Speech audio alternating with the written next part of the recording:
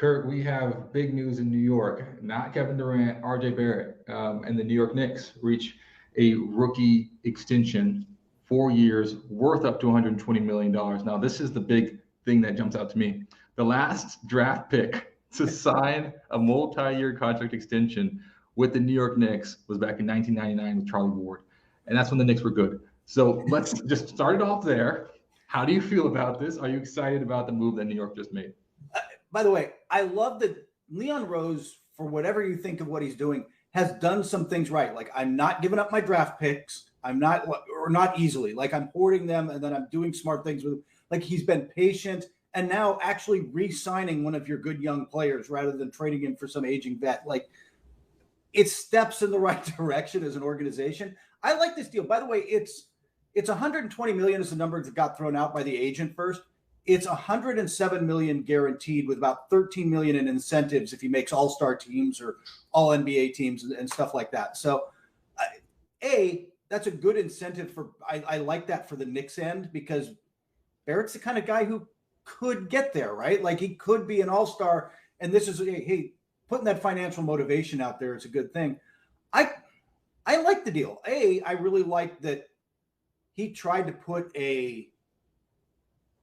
an artificial deadline in the talks about Donovan Mitchell, right? Like, hey, you got to do it by Monday, or we're just gonna sign Barrett. Like, you got to, like, yeah, here's your artificial deadline. You gonna do this? No, all right, no, I'm serious. I'm gonna re-sign RJ Barrett because we like him. So they keep him at a number that's, and look, it looks like a lot of money because it is a lot of money, but with the salary cap going up, I don't know. Personally, I don't think it's an unreasonable number for betting on what RJ Barrett can be in a few years. He has the most important skill in the NBA. He can create his own shot. Would you like him to be a little more efficient with that shot? Yeah. Would you like him to be a little better at setting up teammates? Yeah. But he's 22 and he can create his own shot. That is the most valuable thing in the NBA right now. So, I mean, I thought it was a pretty fair deal. Did you? I mean, you're in New York. How's everyone reacting?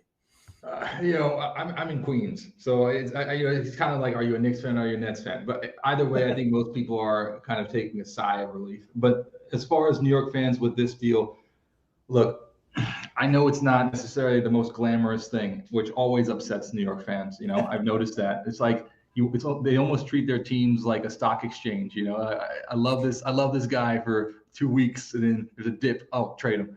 But anyways, I think with RJ Barrett, the numbers you mentioned, 107 million guaranteed.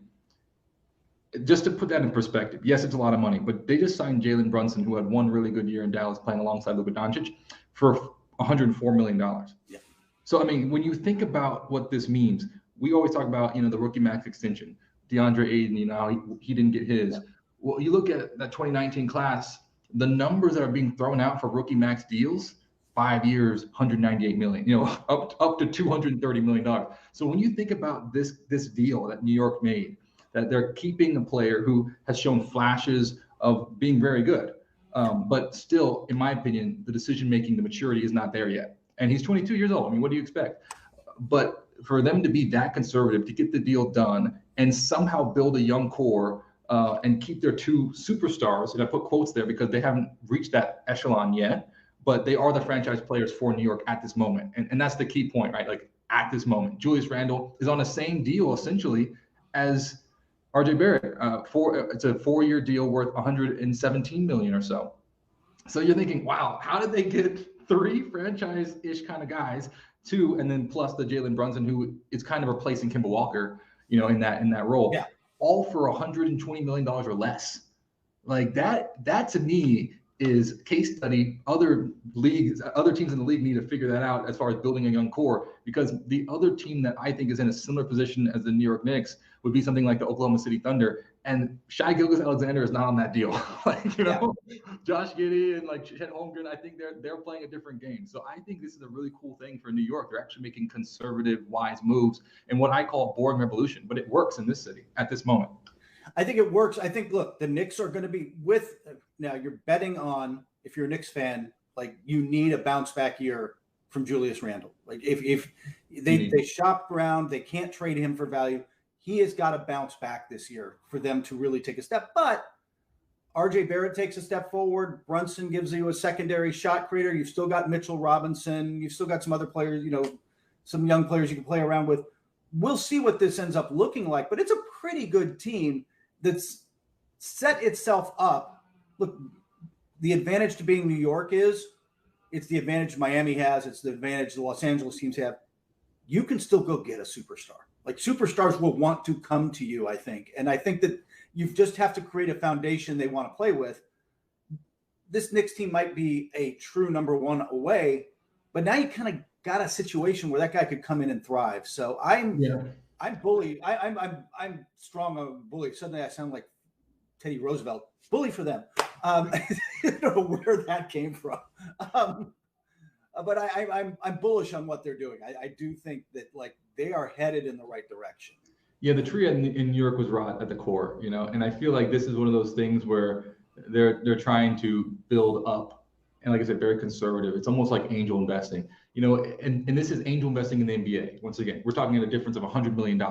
Yeah. So that's a lot of money in any arena, but especially in the NBA, to get your core that you believe in for a total of $300 million when people are signing rookie max extensions for $230 million. Yeah. One player. To me, that is the definition of angel investing. We'll see where it goes. Can Jalen Brunson continue the momentum? Can he continue to break out and do what he did in Dallas consistently? We'll see. Maybe he can become like a Jaylen Brown. If that is the case, then wonderful. Maybe RJ Barrett can become a franchise player like Jason Tatum. Maybe, who knows? He's so young. He's 22. And maybe Julius Randle will continue to improve. We saw him steadily get better, and he was making strides in his career. As you mentioned, last year was a dip. So how will he respond? But for that bet, 3 players, $300 million, to me, that is like, that's the angel investing sauce that is so cool that we're seeing. We just don't see that in New York because, historically, the past 20 years, since Charlie Ward in 1999, the New York Knicks have been playing that game of let's go get that superstar who could save us. And to me, that quest for immortality is a lot like Excalibur with King Arthur, you know what I'm saying? Like, there's this idea, Kurt, where it's like, if I could be the one to pull Excalibur out, so then how many have tried? How many have failed? It's like, leave that alone. Like, please, you don't need to try that again. It's too expensive an experiment. And the myth is a myth for a reason. Yeah. I also think that what's been great about New York is they've gotten away from the bad habits, some of the bad habits, and like not re-signing anybody, number one draft pick or first round draft pick since Ward. But there's always been this sense of you can't rebuild in New York. You've got to do it now. You've got to do it fast. We have to be big. We have to be stars. Jeannie Buss kind of talked about that with the Lakers this week, and it made me concerned in the long term because when you start doing that, when you start thinking short term, you eventually kind of cut yourself off. And the thing is, Knicks fans are smart. Like, if you're, I don't want to say tearing it down and doing the process rebuild, but if you take a step back and say, hey, this is where we're at, this is what we need to do, and you're just upfront with, we're going to make smart draft picks, we're going to develop these guys, we're going to keep them and build a core, the fans will buy into the hope, right? Like, I think the fans are smart enough to know you don't have to just, hey man, we better go get another star. We better bring in star X at the cost of whatever. It just doesn't, it's not how you can build something sustainable. Yeah, and I think the point here is that as far as managing expectations, to me, this team could be on a very good year, 6th to 8th in the conference. Yeah. You know what I'm saying? Like, it's like we're talking about like sneaking into the playoffs here and playing a nice first round, and then let's get some playoff games back in Madison Square Garden and move forward. But I think that type of year 1 to year 5, year 1 to year 3 to year 5, like that kind of trajectory is the trajectory that New York needs. It's kind of like you go to the doctor, like, it's like, okay, we need to slow down. Like you said, we need to slow down. Let's take a step backwards, assess the situation, and then recover. Because once that they get that core, I think the next thing would be, okay, well, let's think about the supporting cast. Do we believe in this, this trio that we've assembled? If so, the rest of New York has always concerned me. Guys 4 through the rest of the bench. Like, to me, that's always kind of been a little concerning. The recent draft picks as well, being able to realize that, hey, Kevin Knox didn't work out. Like, let's move on. Kemba Walker, we got him. Didn't work out. Let's move on. That ability to cut bait in New York, I think, is also a very promising sign, right? But once they establish the core, then they establish the bench. And then I think you're in a position like you're describing where this becomes a very tantalizing, proposition to a player, whoever, whoever your franchise pick is to be a number one superstar. If you can't grow and develop within the organization, that is a compelling offer at that moment. Right now, it's a disaster. Why would you want to go to New York? Yeah, I think that reputation is changing among players too, which is a good sign. Now we have to talk about Donovan Mitchell briefly. Yeah. Because that rumor, it really kind of gained a lot of steam, and now it almost happened. Do you still think it could happen? I do, actually. I think, look, this felt the RJ Barrett signing, like I said, was an artificial deadline the Knicks set up, and Leon Rose set up like, hey, and by the way, smart play if you're happy keeping Barrett, because the only way things get done, frankly, in life half the time, but certainly in NBA, is there's got to be a deadline. If you let guys kind of think about it and I'll get around to it, like they'll think about it and get around to it for like, it'll stay in that kind of wishy-washy area forever. So the artificial deadline, especially if you're willing to keep him, is a good sign. Now that Barrett's re-signed, everybody took a step back and paused. But at the end of the day, I don't think it really changes the dynamic. What I've been told, and I'm not alone like on this, I know Mark Berman from the New York Post has been front and center on this part. But what I heard from people was, yeah, they'd like Barrett, but what they care about are unprotected first-round picks. At the end of the day, that's what matters most to the Utah Jazz. And nobody can really offer more of those than the Knicks. The Knicks just have the best pick package. And so it's just a question of what that ends up looking like. And if RJ Barrett's not in it, is someone else. And this is, by the way, like, whether Quentin Grimes is in the deal or not. And Utah reportedly wants the Lakers in the deal because they have two, 27 and 29. We're talking like 7 years out, but they have first round picks they can throw in this deal theoretically to get, if they're willing to get rid of Russell Westbrook and bring back Bogdanovich and I don't know, maybe Cam Reddish or whatever that combo ends up looking like. The idea is the Jazz want picks and they're going to look for ways to get that. And I don't think that changes. It doesn't, like, the thing is, Corey, who's the other team in the mix? Miami? Miami's offer is Miami's offer. Like they can throw in one or two picks, Tyler Hero, Duncan Robinson to match salaries. You can tweak around the edges, but the offer is the offer. The Knicks can just beat that if they want to. The thing about this Donovan Mitchell trade to me, it just comes down to this idea, well, what do you think he's worth? Yeah. And to me, that is a very opaque question, because if you would have asked me that question 2 years ago, I would have said he's worth an awful lot, because you're basically operating off this idea of potential. Coming out of the bubble, Kurt, I mean, the stars that we saw, Jamal Murray, Donovan Mitchell, right? Like that rivalry, I was excited for. And I thought, remember that? I thought that was going to be electric. I thought this was going to be the thing for the next few years. I thought that was going to be a premonition. I haven't seen Jamal Murray play since. And then Donovan Mitchell has taken a huge step back, in my personal opinion, because he had at one point the best team in the league.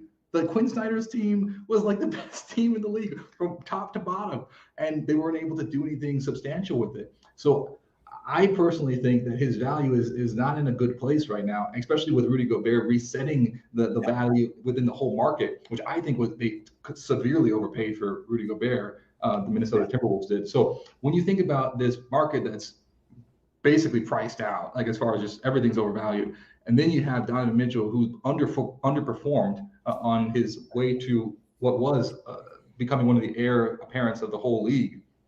I don't know if he's worth that deal in Miami, or if you're the Knicks, like, are you really worth? Like, what is he worth to you? And that becomes very tenuous, particularly in this rebuild situation where Utah is like, we want to move on. We're looking for picks. This, I think, puts him in a very interesting moment. Who's going to take him? By the way, I think your point, what is he worth to you, is really at the heart of some of this, because if you're Miami, you've got Tyler Hero. How much, not Donovan Mitchell is a better player than Tyler Hero, but one pick worth, two pick, what's that value range? How much better is he?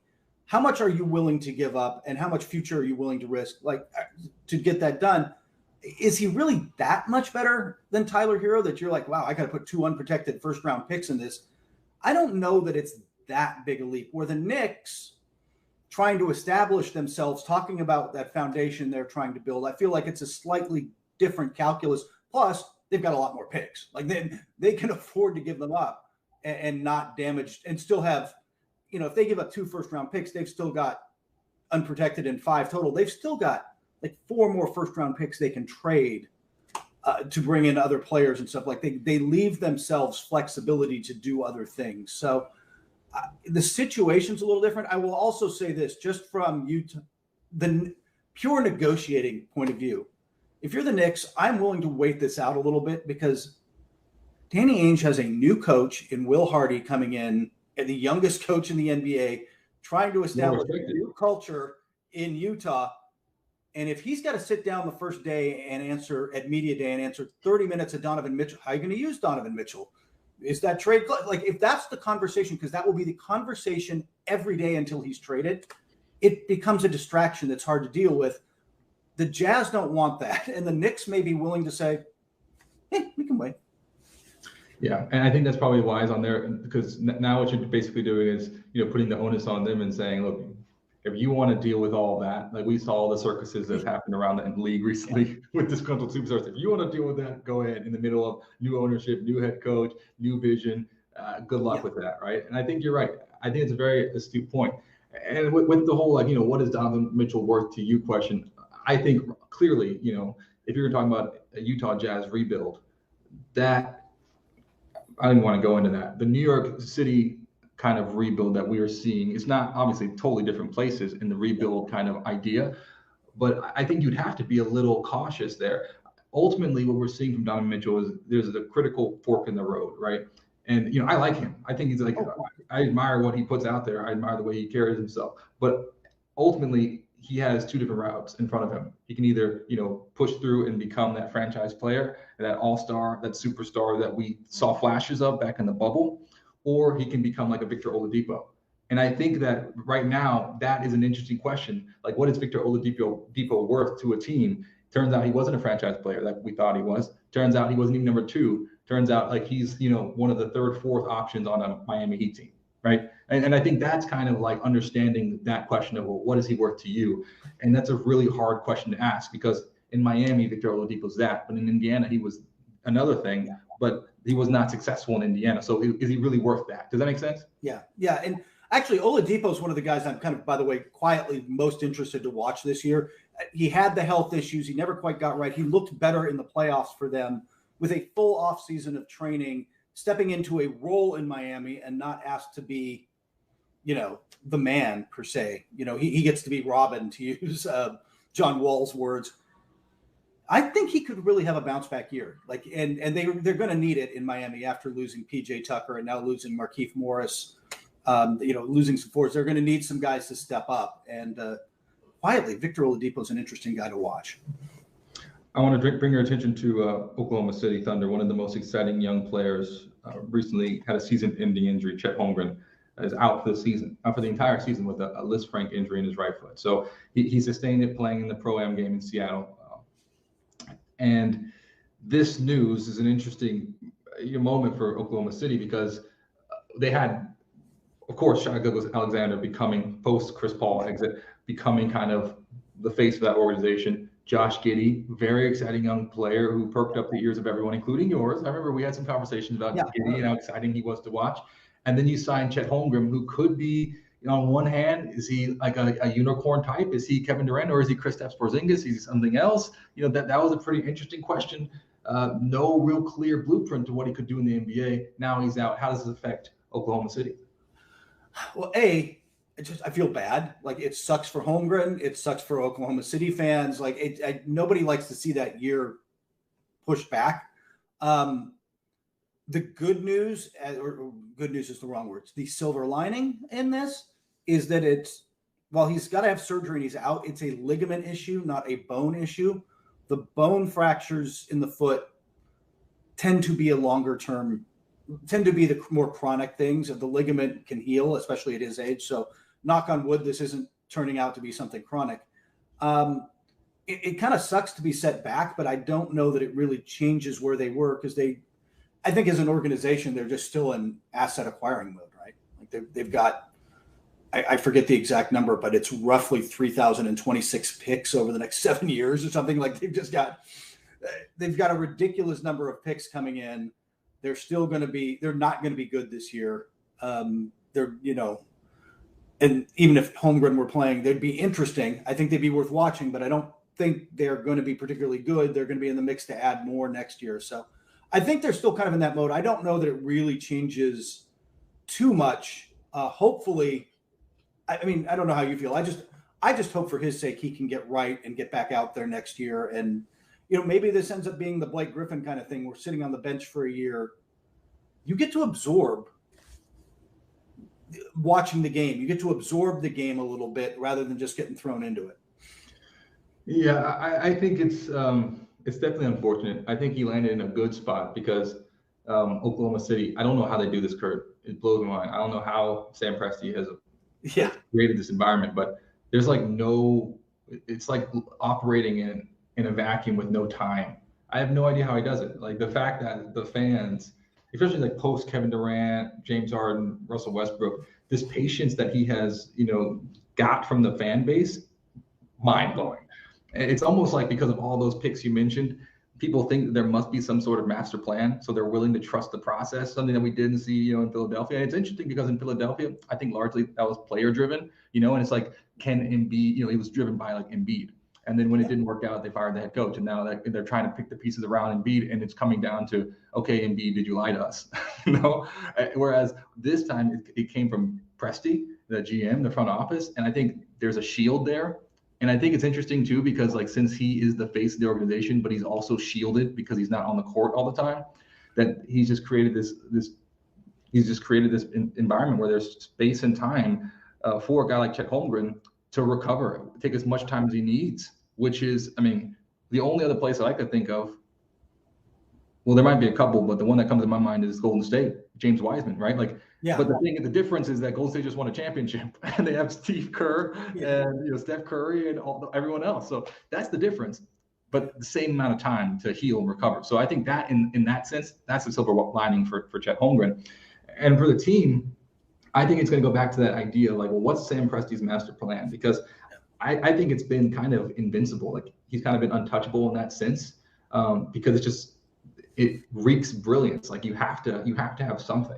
But I think this is going to be a test to that master plan to see if it is as invincible as we think it is. Because right now, I don't understand where this team is going, and I don't know the master plan. But it just doesn't. I don't do you think Gilgeous-Alexander is the number one? Do you really think this is going to work? I don't know just how invincible this plan is, and I think that's the thing that's going to be tested. I'm not necessarily concerned about the performance of the young players. I think it's going to come down to Presti's vision. Yeah, and I'm with you. I don't quite know what it's going to be. I'm not sure he knows, frankly. He's got to get these guys out there and see who's going to be what, right? And hey, how good is Holmgren?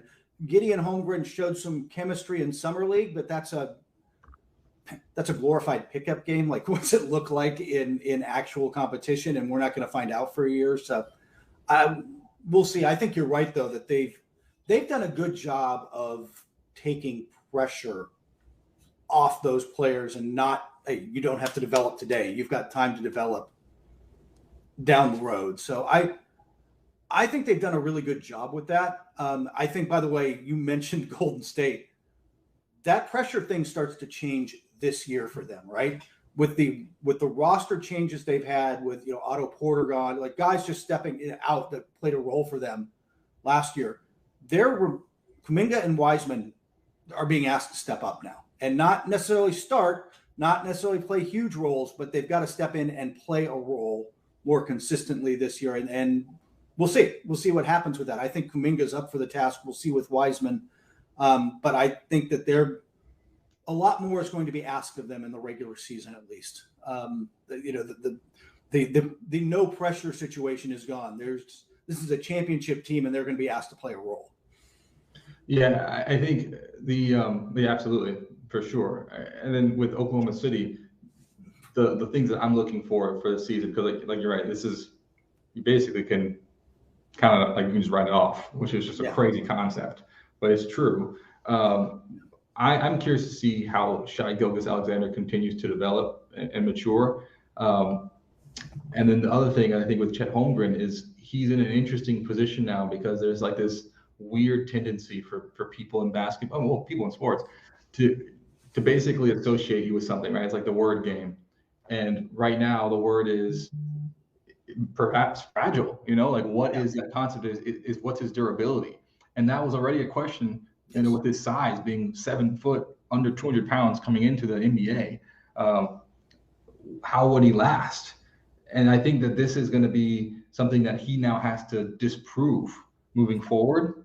And that's something that's always going to come up every time he's on the court. And there's that weird kind of thing just because the way that the stories are told right now, everyone's going to watch Oklahoma City every single game. So now it's like, okay, well, every time he's on camera, they're going to bring up the injury. They're going to bring up, that idea of durability. And that's going to be on him now to dispel that narrative. And the list of players that he's on, as far as being a high draft pick that then sat out their first season, of players like Ben Simmons, players like Greg Oden, like you mentioned, Blake Griffin. So when I look at that list, or players like from Denver, Michael Porter Jr., like talented players, but like Michael Porter Jr., we still haven't really seen him play yet. Like we saw him like glimpses of brilliance, but we need to see him available because he's a key component of that Denver team playing alongside an MVP candidate. So a perennial MVP candidate in Jokic. So I think that's going to be the key thing for him to dispel that narrative and say, no, I'm not like those guys. I'm available and ready. And that's going to be very difficult to do, quite frankly. Yeah, I agree. No, it's going to be on him, and it's going to be on him starting next season to show he can handle the physicality and the durability. Like you said, it's a grind, man. The body was not meant to run up and down a hardwood court, like that. That's not. It is hard on the body just playing basketball. Next up, WNBA. We are in the thick of it. It's a new playoff format. Before it was single elimination, 1-1, then 5-5, and now it's best of 3. And this is actually very interesting. Before we get into the games, Sky, Sun, and Aces, Storm. Kurt, this is like fascinating because that the NBA always looks at the WNBA as far as like kind of testing new models, right? Like the whole concept of playing game, single elimination, the concept of the Commissioner's Cup and in-season tournament, much like European soccer, and then this concept of okay, what if they're seeding that is completely unrelated to conferences, but rather with highest winning percentage? Yeah. That is interesting because then it brings their stars to your attention right at the beginning of the postseason, and it stays there. These are the best teams in the league playing against each other. Yeah. And that's exactly what they're doing. And we're seeing some great games. Like you zoom into the 2 games in the semifinals, decided by 1 possession in the last 10 seconds of the game, both games. So, want to start, which game do you want to start with? I will start let's start with the Storm, who I with a fantastic win, in a lot of talk about Sue Bird, but Jewel Lloyd was fantastic and clutch in that game. She was it down the stretch, right? Like she was so good in that game. And by the way, Corey, the other thing I'm loving now is that the 2. I think these were the 4 best teams. I knew when we got to the second round it was going to be relatively even, but the 2 underdogs in the Storm and why am I suddenly going blank on the other winner? The Sky, or it's the Storm, the Sun. The Sun, thank you. I don't know where that went. But the 2 quote unquote underdogs winning puts a lot of pressure now. I think it's going to be fascinating to see how the 2 title favorites in Las Vegas and Chicago respond to getting kind of knocked out. But hey, they're down 1-0 and they go into game 2. They can't be down 2-0. Like they can't. No. It puts I love best of 5s. I know the NBA does best of 7 because, money, TV ratings. But I love the idea of best of 5 because just for that reason, you get an upset in game 1 and suddenly it's on. Like it puts a lot of pressure on. You look at the past series, with the Chicago Sky playing the New York Liberty. Yeah, upset on the road. Yep. And then, how do you respond to that when the next game you could be sent home? And then they actually ended up routing almost, I think it was 38 points, the Liberty, and then coming back. So that's the one thing that this Chicago Sky team they have resilience. Last year, the same thing. They were a 500 team that came in the the playoffs and then won. And now they're looking to be the first back-to-back champion since the Sparks back in 01-02. But back to the Storm and the Aces. One thing that you mentioned, Jewel Lloyd, 26 points, 4 rebounds, incredible performance. I absolutely love watching Sue Bird play because what she does so well, it's like you watch how many people run the floor and the outlet passing. I'm a nerd for outlet passing. It's something like Sue Bird is always looking up. She's always glancing. And the amount of easy buckets for Brianna Stewart is just wild. I mean, if you're a big playing with Sue Bird, just as soon as the ball's up in the air and you see one of your teammates go get it, run the floor, and you're going to get 8 to 10 points just doing that. There are guys. I mean, your pickup game at the gym at Notre Dame or at the YMCA wherever you live, you play and you see the one guy who sets everybody up, the guy who really does find the passes, and everybody runs harder. Everybody's like, "Oh, that guy's good at passing. That guy sets people up. If I move, I will get rewarded," right? And so suddenly there's all this. You see it in the NBA even with bigs like Jokic, right? Like everybody will move around Jokic because they know he'll find them, right? Sue Bird absolutely has that effect. That team plays hard around her in the half court and, like you said, running the floor and out in transition because she's going to find them. She's going to reward them. And then that becomes its own thing on the team, right? Like suddenly everybody wants to move. Everybody's passing the ball and you just get beautiful team basketball. And I think you're on to something with this whole like underdog kind of concept of getting the jump on these two teams. The Storm, it's funny because this team, like they've won so many championships. Like Jewel Lloyd is the champion, Sue Bird is like the ultimate champion, and Brianna Stewart, I think only lost 5 games in college. She's like one of the best players ever to play basketball. This team it has a poise to this team that I think is so remarkable that they're probably the most dangerous 4 seed ever.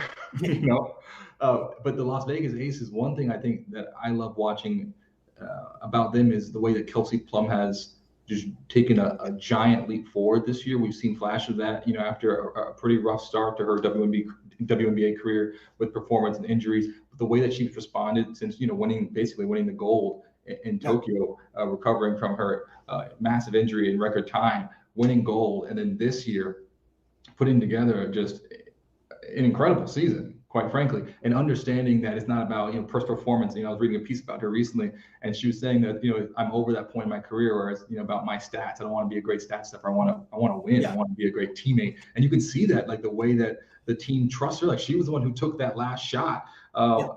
That with 4 seconds left in the game to give her that opportunity. The huge and one plays throughout the game as well, attacking the basket, being aggressive, but always looking to get teammates involved. I think that pairing of her and Becky Hammon is one of the greatest pairings. Just like I think, for instance, Luka Doncic and Jason Kidd. I thought that was an unbelievable pairing in the NBA. I think Becky Hammon and Kelsey Plum, unbelievable pairing. And Coach Hammond said that Kelsey Plum's going to be better than she is, and she's a legend. Yeah. I also think you're going to get A'ja Wilson she's going to come out in game 2 and remind everyone why she's an MVP candidate, and she's going to be doing top. She is. That was not the best Aces offensive game.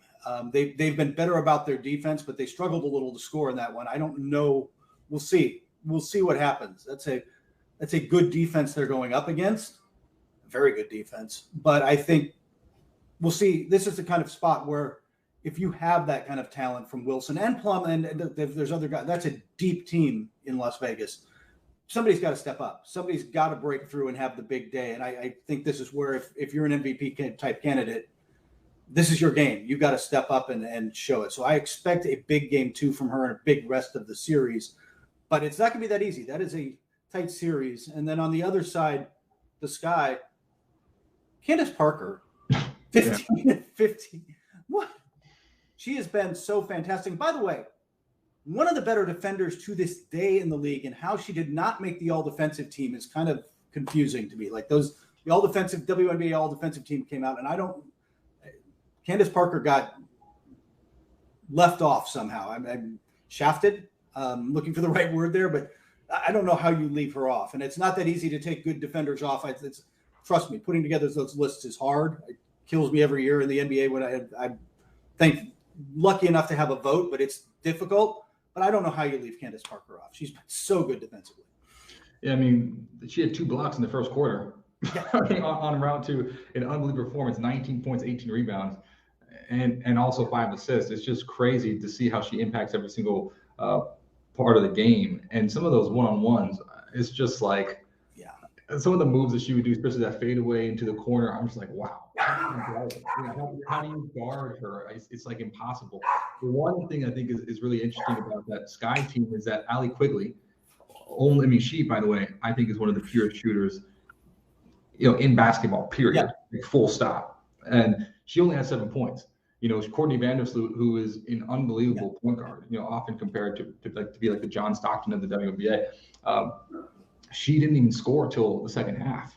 So I think this was not a very good, despite, Candace Parker's unbelievable performance that we mentioned, I don't think it was a very good showing by the Sky, which should concern you if you're the Sun.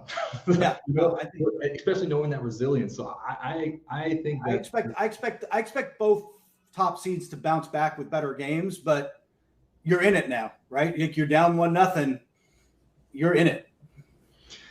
Next up, we saw that the NBA said that there'd be no games on Election Day. And we've seen how different players have been very vocal regarding various social justice issues, and particularly with voting, different voting initiatives. What do you think about this? It seems like a pretty, I don't want to say unprecedented, but a pretty amazing, significant step for a league to just say, go ahead, we're not going to do anything on Election Day and allow you to go vote.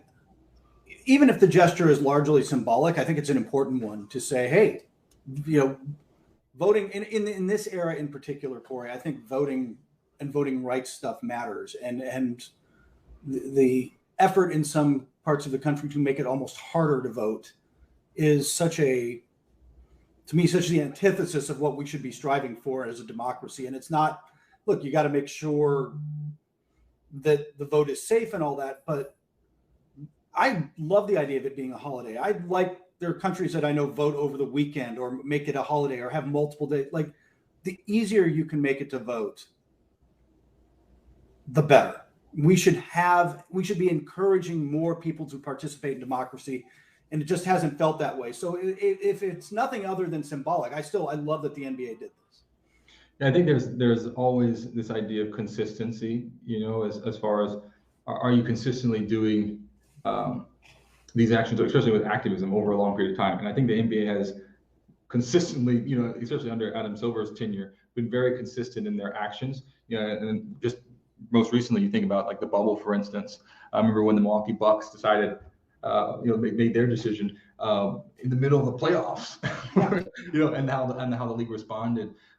So I do think that the NBA has been very consistent in that instance, which is, quite frankly, incredibly rare with especially the American sports leagues, the major American sports league. We just don't see that. We'll see blips, but then it goes back to, it reverts back to the mean. The NBA and the WNBA have never done that. They kind of changed the status quo, which is really interesting. And I think the NBA also, one of the greatest assets about the league is that they understand that they're a star-driven league, and they understand that their players are their most important, asset, just like any company understands that its people is the most important thing about the company. And I think that the NBA, unlike other leagues, especially the NFL, actually prioritizes the players' voices and listens and then reacts, which once again that's a different, it's almost like partnership, right? And then like what we're talking here is like, okay, well, we're partnering on social justice issues or civic issues. And it could be, anything, but it is in this instance, the Election Day. And I think that is really interesting to me, that regardless of what the topic is, like what's important to our players, and the NBA is responsive and reflexive to that. And I know clearly it's always like, I wish we could do more, but the fact that they've been that consistent in their response over the years, I think it speaks volumes to how rare the NBA is as an organization. Yeah. And by the way, I love that you mentioned the WNBA in there, which we should have done. They've been politically maybe the most active of the professional leagues. Last but not least in our conversation, it's sad to always, say goodbye for the week, but we got to end it on an interesting note. One of the most compelling aspects of every single season is, well, what are the people wearing? What's the jersey? What's the jersey? What's your favorite jersey? I have been around basketball my whole life. You have been around basketball your whole life. So when you think about your favorite jerseys, we got to throw a little wrench into this question, and that is, what is your favorite retro jersey, Kurt? There are some really good ones that are coming back this year. By the way, the Suns are bringing back the Sunburst one, the Charles Barkley with the sun. I actually love that one. I'm glad that that one's coming back. Like, I'm really fond of that. The Nets are bringing back this year the Stars and Stripes look, the red, white, and blue with the stars on the side from eras ago. Like, I love some of them, but it's such a personal preference thing. Like, the Jazz are bringing back the Mountain one. People love it, and I'm kind of like meh on it. I'm always kind of more of a fan of the classics, the ones that Spurs don't change a lot, right? No, it's very consistent. If you're the Lakers, the Fiesta jersey, that was pretty radical. Yeah, that's true. Lakers, though, Celtics, the Heat, Bulls really don't change much, and I'm kind of actually Heat do. In fact, by the way, I don't know if they're bringing it back. Some of those Miami Vice ones were awesome. I loved some of the Miami Vice look ones. I have to say this though, because it came out, maybe an hour before you and I sat down to tape, hour and a half. The Houston Rockets throwback this year is, I don't know, it is white with green and yellow lettering. It honestly looks like Notre Dame University. Their white jerseys before a game, or maybe the Sonics, kind of a Sonics, I don't know, 2003 Rashard Lewis look. I'm not sure why they've gone. I don't know how this ties into Houston's history, but I'm honestly going to see that at some point, flipping through League Pass and stop and go, why is Notre Dame playing Charlotte? Like, I'm confused. Why? It's going to take me a minute to figure out who that is. Yeah, I peeked at those jerseys, and I quickly moved on. I think with my retro jersey, it has to, I don't know if this is just my generation, because the Vince Carter slam dunk contest. Yeah. Well, it's seared into my memory. That to me, it must have been like what it was like watching Michael Jordan versus like Dominique Wilkins. Like how those dunk contests were so epic. But seeing Vince Carter in the throwback, well, I guess it was modern at that time. The Toronto Raptors jerseys. The thing that you would have, let me just spell this out for you. One, a guy who dunks the ball better than like most people alive or whoever lived. That's pretty cool. One of the all-time greats, yeah. Then two, a dinosaur. Like, do I need? I'm saying, like, is there anything cooler than that? I think honestly, if you were in a writer's room and you thought, hey guys, we need to come up with something to really get with the kids. What is better than T-Rexes or Raptors? Like, bring me a dino, and bring me incredible dunks. Yeah. And let's just put it together, and that could work, and it did work for an entire generation. So for me, that is number one. And number two would be it's 1996, the All-Star game. It's in my hometown, San Antonio. They had, I think it's a jalapeno, but it's a chili pepper on the jersey. It was a red chili though, right? Like, I don't know. Red chili, yes. Whatever that is. Yeah. And it was a turquoise. It was the other way. And then the home was white, and like the accents of like turquoise, all the Fiesta colors, turquoise, like pink. It is one of the coolest jerseys. Like I said, I'm kind of a sucker for one. I love salsa, so I'm from San Antonio, so the idea I can see a chili pepper and a dinosaur on my jersey, to me, that is the most exciting thing. Yeah, I don't think the dinosaurs were into chili peppers. Maybe they were. Maybe. But next week, Kurt, we're gonna have another great conversation, or I think actually the week after that. But anytime you want to know what Kurt and his team is doing, just go to NBCSports.com/PBT Extra, and you'll be able to see all the work that they put out. Kurt, can't wait to talk to you again. I can't wait to talk to you, Corey. Take care, buddy.